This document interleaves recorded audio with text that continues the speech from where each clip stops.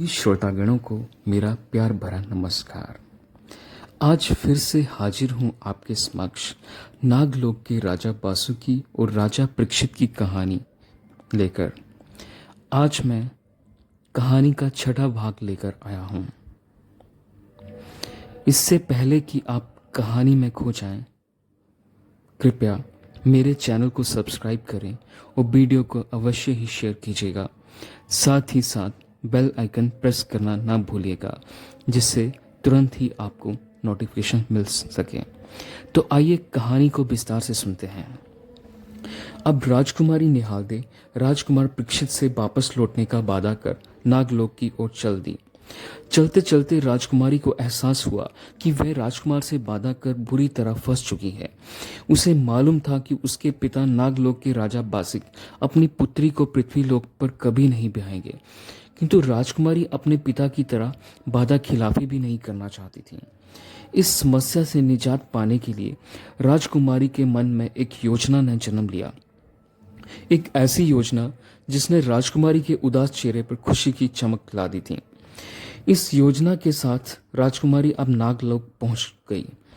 अपनी पुत्री को आता देख राजा बासिक व रानी काफी प्रसन्न हुए और अपनी पुत्री के बहादुरी का गुणगान गाने लगे, जो पृथ्वी लोक के झालरा कुएं से अकेली पानी भर लाई थी।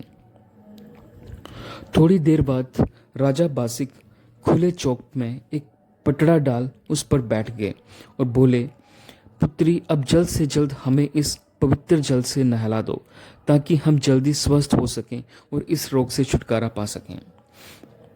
दोस्तों, अब वक्त आ चुका था जब राजकुमारी को अपनी योजना आगे बढ़ानी थी। अपनी योजना के अनुसार राजकुमारी ने अपने हाथ का अंगूठा राजा बासी के माथे पर रखकर सारा पानी सिर पर डाल दिया और मटकी को जानबूझकर फोड़ दिया। अब पानी राजा बासी के पूरे शरीर पर पहुंच गया, लेकिन माथे पर अंगूठे के नीचे नहीं पहुंच पाया। यानी बाकी शरीर स्वस्थ हो गया, किंतु राजकुमारी के अंगूठे का कारण माथे के हिस्सा वैसे ही रह गया। चूंकि राजा बासी को इसकी भनक नहीं थी, तो वह स्नान करके काफी प्रसन्न हुए। लेकिन जब उन्होंने आईना मंगवाया और अपना चेहरा देखा, तब उनकी नजर उस निशान की ओर गई जो उनके चेहरे पर काफी भद्दा दिख रहा था। चूंकि निहालदे ने वह निशान जानबूझकर बचाया था, क्योंकि राजकुमारी की योजना यही थी ताकि राजा बासिक उन्हें दोबारा पानी लाने के लिए पृथ्वीलोक भेज सकें। राजा बासिक आईना देखते हुए बोले, पुत्री, आपने ये भूल किस प्रकार कर दी? यदि ये निशान हमारे शरीर के किसी अन्य भाग पर होता तो इतनी बड़ी दुविधा ना होती, किंतु ये हमारे चेहरे पर है, जो काफी भद्दा दिखाई दे रहा है। हमें आपको खेद से कहना पड़ रहा है कि आपको एक बार फिर झालरा कुआं जाना होगा, ताकि हमारा चेहरा भी ठीक हो सके। निहालदे, क्षमा करें पिताजी, जो हम आपको अच्छी तरह स्नान न कर सके, किंतु आप चिंता न करें, हम दोबारा जरूर जाएंगे। निहालदे का मन प्रसन्नता से व्याकुल हो उठा, क्योंकि अब उसकी योजना सफल हो चुकी थी। मन ही मन निहालदे ने भगवान का शुक्रिया किया, अपने माता पिता का आशीर्वाद लिया और मटकी उठाकर पृथ्वी लोक की ओर चल दी। अब की बार वह सदा के लिए जा रही थी, इसलिए आंखों में आंसू भी थे और चेहरे पर खुशी की थी, यानी कुछ कम तो कुछ खुशी। अब निहालदे तो चली गई, किंतु राजा बासी के चेहरे पर वह निशान सदा के लिए रह गया। दोस्तों, राजा बासी के चेहरे का वह निशान आज भी काले नाग के माथे पर है। यदि आप कभी काला सांप देखते हैं तो ध्यान से देखने पर आपको यह निशान सांप के माथे पर दिख जाएगा, जिसे हम गाय का खोज मानते हैं, क्योंकि वह निशान गाय के पद चिन्ह जैसा ही लगता है। जैसे ही राजकुमारी निहालदे झालरा कुआं पर पहुंची तो देखती है कि राजकुमार परीक्षित पहले से ही वहां बैठकर राजकुमारी का इंतजार कर रहे थे। राजकुमार परीक्षित ने जैसे ही निहालदे को देखा तो उनका मन प्रसन्नता से व्याकुल हो उठा। एक खुशी की लहर पूरे शरीर में दौड़ पड़ी। दोनों ने दौड़कर एक दूसरे को गले से लगा लिया। निहालदे आंखों में आंसू लाते हुए, राजकुमार, मैं आपके लिए अपना सब कुछ छोड़ आई हूं। अब आप मुझे जहां लेकर चलेंगे, मैं आपके साथ वहीं चलने के लिए तैयार हूं।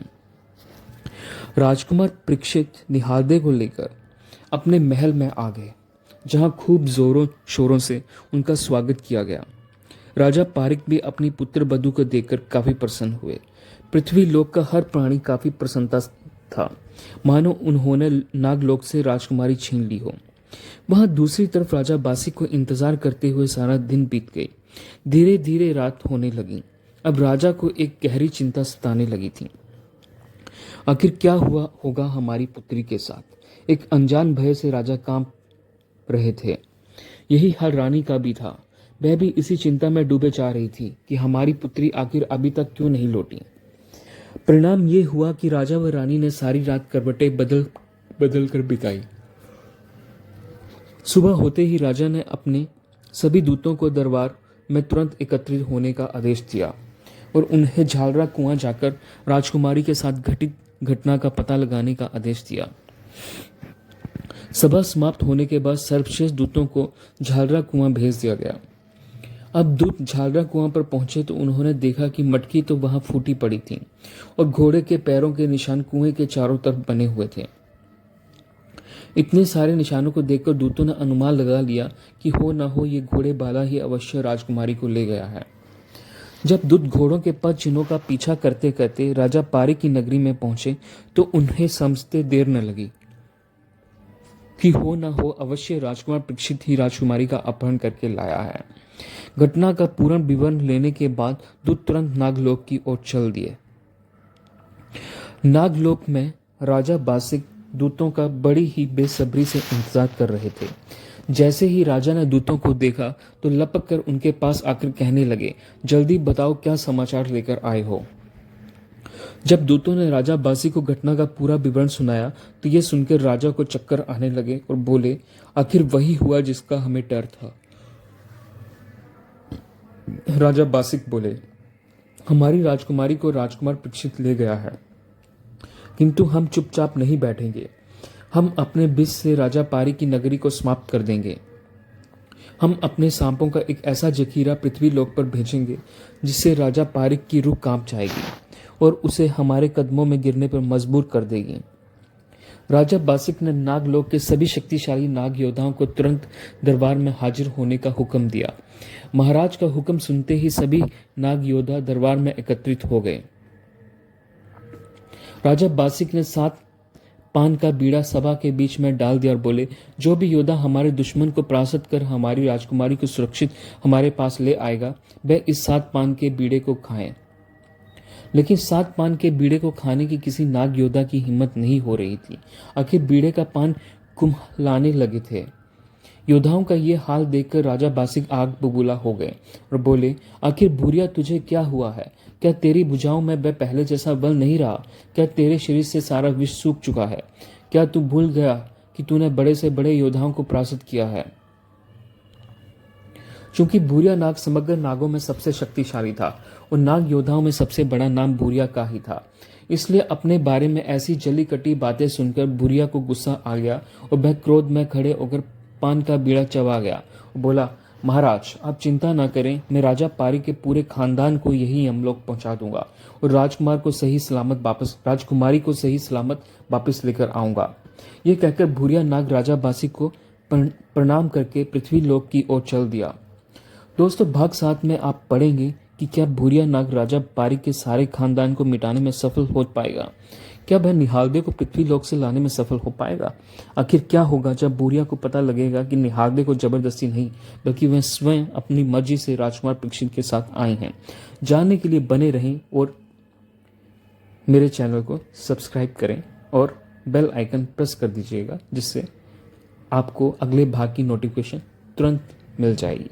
धन्यवाद दोस्तों।